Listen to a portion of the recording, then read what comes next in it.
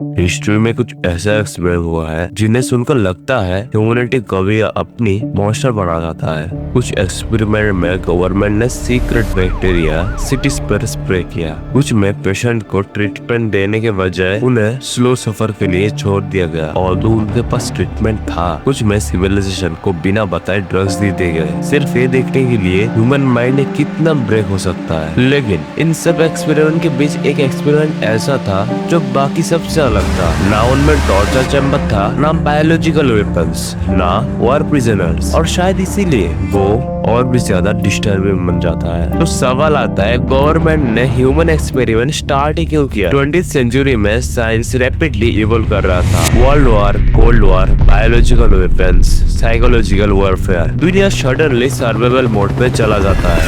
Government को लगता है फ्यूचर वॉर सिर्फ बॉम्ब से नहीं जीती जाएगी, बल्कि ह्यूमन बॉडी और ह्यूमन माइंड को कंट्रोल करने से जीती जाएगी। इसी फियर ने कुछ हॉरिफाइंग एक्सपेरिमेंट को जन्म दिया। 1950s में ऑपरेशन सी स्प्रे के अंदर यूएस नेवी ने सीक्रेटली सैन फ्रांसिस्को के ऊपर बैक्टीरिया स्प्रे कर दिया। San Francisco Bay, California, 1950. During 7 days in September, the Army simulates a bacteriological attack on the city. सिर्फ ये टेस्ट करने के लिए कि बायोलॉजिकल अटैक सिटीज में कितना फास्ट स्प्रेड हो सकता है। सिटीजन्स को कुछ पता नहीं था। बाद में अनयूजुअल इन्फेक्शन रिपोर्ट हुए और आज भी हिस्टोरियंस डिबेट कर रहे थे। ऐसे एक्सपेरिमेंट इनडायरेक्टली डेथ को कॉज करती थी। 100 ऑफ अफ्रीकन अमेरिकन को प्रॉपर मेडिकल ट्रीटमेंट नहीं दिया। इवन डॉक्टर को ऑलरेडी डिजीज के बारे में पता था। रिसर्चर ने सिंपली ऑब्जर्व करना चाहा। अनट्रीटेड डिजीज ह्यूमन बॉडी को टाइम के साथ कैसे टेस्ट करता था। इसको तस्कीर स्टडी बोलते हैं। पर एम के अल्ट्रा और मिडनाइट क्लाइमैक्स कुछ अलग था। पोलर का टाइम एक्सपेरिमेंट और डार्क हो गया। CAI सीक्रेटली LSD, हिप्नोसिस और माइंड मैनिपुलेशन पर रिसर्च करते थे। एम के अल्ट्रा और ऑपरेशनल मिडनाइट क्लाइमैक्स के अंदर सिविलाइजेशन को बिना बताए कंसिस्टेंटली ड्रग दे दिए गए, सिर्फ उनके रिएक्शन को ऑब्जर्व करने के लिए। And last unit 731 human experiment का हॉरिफाइंग चैप्टर, जहां वॉर टाइम बायोलॉजिकल रिसर्च के नाम पर प्रिजनर पर ब्रूटल एक्सपेरिमेंट करते गए। Disease, frostbite test, weapon test, victims को इंसान नहीं डिस्पोजेबल सब्जेक्ट की तरह ट्रीट करते गए। अगर तुम उस टाइम जेल पर होते तो तुम्हारा बचना इम्पॉसिबल था। ऑल्दो क्राइम कितने ही छोटा हो, इस सब एक्सपेरिमेंट में एक चीज कॉमन था। अगर तुमने नहीं देखा है तो मैं बोल दूं, वो था power. I'm at a rare tip. Tell them all just stand down to the cup goal and the stands clear. I've been out running Top Gun in competition. They know who the man here. It was fun. Where else could a red-blooded American boy lie, kill, and cheat, steal, deceive, rape, and pillage with the sanction and blessing of the All-Highest? I understand why they doubted this line of profession. Don't have too many succeed, but I'm gonna come back with a diamond. You bring that pressure to me. लेकिन जो experiment अब आता है वो different था, क्योंकि इस experiment में किसी को इन्फेक्ट नहीं किया गया, किसी को ड्रग्स नहीं दिया गया, किसी को फिजिकल टॉर्चर नहीं दिया गया, सिर्फ उनके माइंड को स्लोली मैनिपुलेट करते गए। और इस वजह से ये एक्सपेरिमेंट यूनिकली टेरिफाइंग बन जाता है। इसका नाम था the monster study.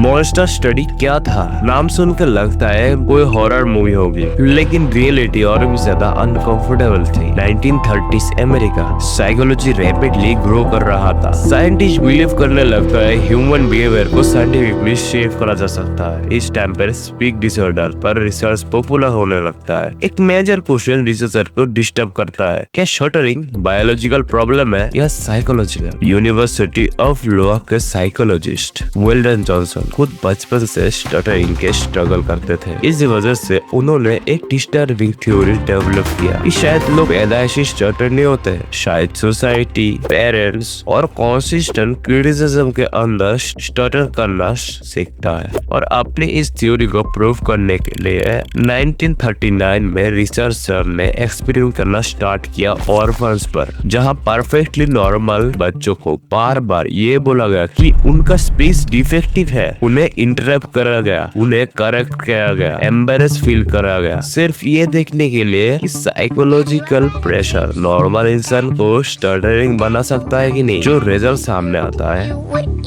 you do, you wish want you can do so you पहला ग्रुप को पॉजिटिवली रीएनफोर्स करा गया, उन्हें एनकरेज करा गया, बोला गया कि उनका स्पीच नॉर्मल है, कॉन्फिडेंस मेंटेन करो। लेकिन दूसरों के साथ एग्जैक्टली ऑपोजिट हुआ। इवन चिल्ड्रन जो नॉर्मल स्टटर भी नहीं करते थे, उन्हें रैपिडली बोला गया तुम्हारा स्पीच नॉर्मल नहीं है, तुम्हारे स्पीच में प्रॉब्लम है, ध्यान से बोलो, तुम स्टटर करते हो, लोग नोटिस करेंगे। इमेजिन करो आप बच्चे हो और अथॉरिटी फिगर बार बार आपको कन्विंस करने की कोशिश कर रहे हैं कि आपके अंदर कुछ रॉन्ग है। स्लोली कुछ चिल्ड्रन एंशियस होने लगे, कुछ चिल्ड्रन बोलने से डरते हैं, सोशली विड्रॉ हो गए हैं। कुछ रिपोर्ट सजेस्ट करते हैं कि चिल्ड्रन में लॉन्ग टर्म स्पीच एंजाइटी और सेल्फ एस्टीम इशू डेवलप हुए और रिसर्चर को रियलाइज हो गया कि एक्सपेरिमेंट इमोशनली हार्म क्रिएट कर रहा था, तो इसलिए एक्सपेरिमेंट स्टॉप कर दिया गया। नहीं, एक्सपेरिमेंट कंटिन्यू हुई।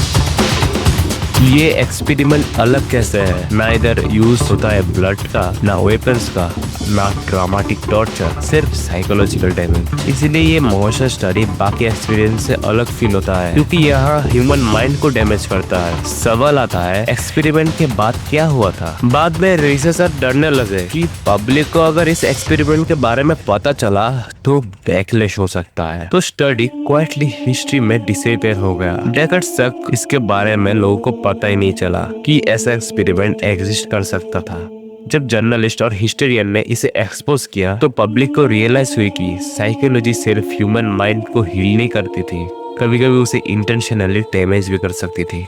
मॉन्स्टर स्टडी यूनिट 731 की जितना डेडली नहीं थी, MK अल्ट्रा जितनी क्लाइमेटिक भी नहीं थी, फिर भी ये डिस्टर्बिंग क्यों लगता है? क्योंकि इस एक्सपेरिमेंट में टेरिफाइंग पॉसिबिलिटी रिवील करता है। ह्यूमन आइडेंटिफाई सरप्राइजिंगली फ्रेजाइल होती है। कभी कभी एक इंसान को ब्रेक करने के लिए टॉर्चर मशीन की भी जरूरत नहीं होती है, सिर्फ एनफ नेगेटिविटी चाहिए, एनफ फियर या सिर्फ एनफ ऑथोरिटी। साइंस का पर्पस आइडियली ह्यूमैनिटी को इम्प्रूव करना होना चाहिए, लेकिन हिस्ट्री रिपीटेडली दिखाता है कि जब जब साइंस एथिक्स से डिस्कनेक्ट हो जाता है तो इंसान एक्सपेरिमेंट बन जाता है। ऑपरेशनल सी स्प्रे ने सिविलाइजेशन को अननोइंगली एक्सपोज कर दिया, टस्की ने ट्रीटमेंट होल्ड किया, MK अल्ट्रा ने कंसिस्टेंट इग्नोर किया, यूनिट 731 ने ह्यूमैनिटी को कम्प्लीटली अबंडन कर दिया। लेकिन मॉन्स्टर स्टडी ने एक और डेंजरस चीज रिवील किया, इनविजिबल साइकोलॉजिकल हार्म अभी उतना ही डिस्ट्रक्टिव हो सकती है।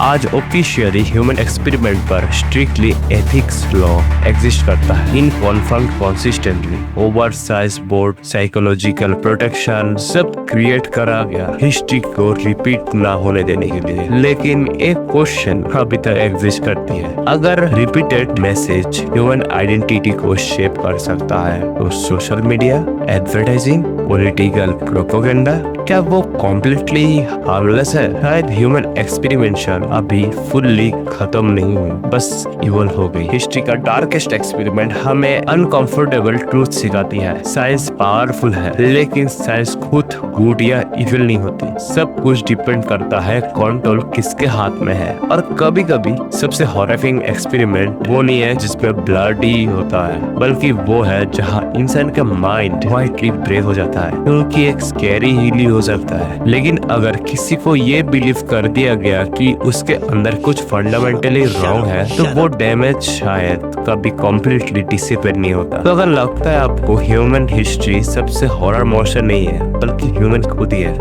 तो सब्सक्राइब करो। आप डरते हो ना, आप क्यों डरते हो इसके बारे में अगर जानना चाहते हो और आपका डर को कम्प्लीटली डिसिपेयर करना चाहते हो तो आपकी ये वीडियो है, बहुत ही बढ़िया है, जाकर जरूर देखना।